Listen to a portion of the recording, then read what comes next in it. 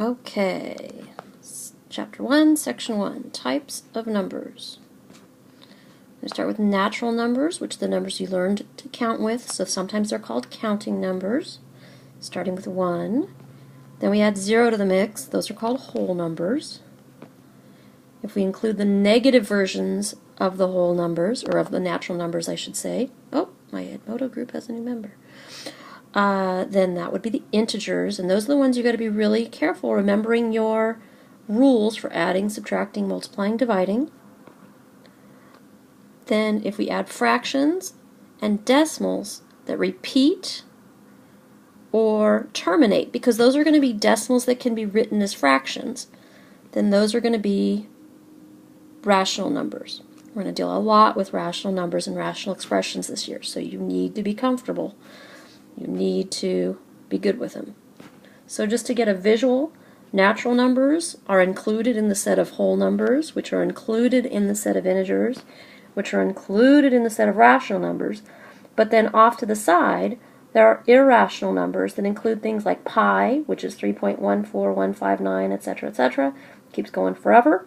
And we're going to learn other ones this year like e, and I think there might be some more.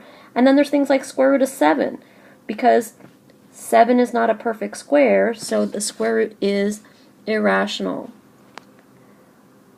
All of those make up the set of real numbers. This year we're also going to learn about imaginary numbers, but those are the real numbers. So, an example on ordering numbers.